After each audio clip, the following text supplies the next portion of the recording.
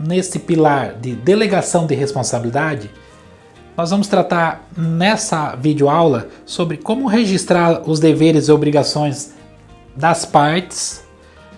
Isso porque normalmente quando você delega uma responsabilidade, se isso não ficar muito claro quais são as tarefas e acontece um problema, normalmente fica aquele jogo de empurra-empurra.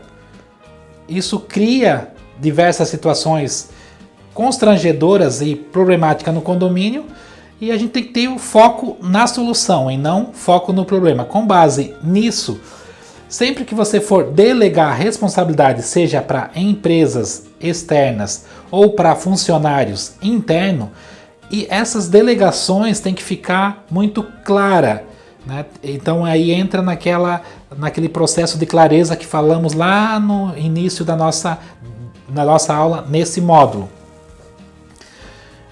Quais são as ações dos síndicos que sustentam esse pilar de delegar a responsabilidade? Primeiro, é registrar os deveres e obrigações das partes. E aí nós temos aqui o SLA, que é o Acordo de Nível de Serviço, que é uma sigla em inglês só para dizer que aquilo que foi acordado verbalmente com a empresa que vai executar o serviço, ela precisa ser registrada, pode ficar dentro do contrato, ou pode ser num documento à parte assinado. Então, se você contrata, por exemplo, um serviço de jardinagem, né, como que esse serviço vai ser executado? Já está incluso os insumos, todos os processos que o jardineiro contratado externo for fazer, ele precisa ter já acordado nesse documento. E assim funciona com qualquer outro serviço no condomínio.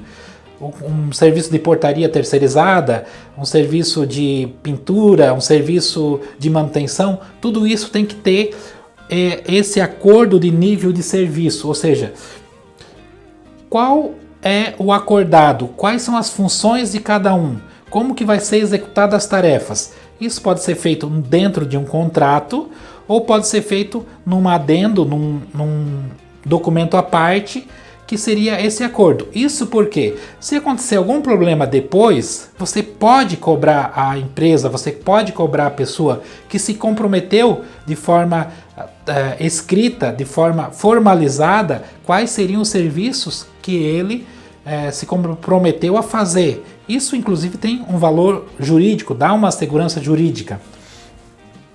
E aqui nós também temos a questão de delegar as responsabilidades e obrigações com os funcionários do condomínio, o chamado Job Description.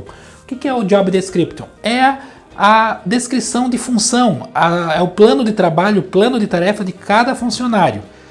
Por exemplo, o que compete a um porteiro, a um zelador, a um faxineiro, quais são as tarefas que ele vai ter que fazer no dia a dia, né?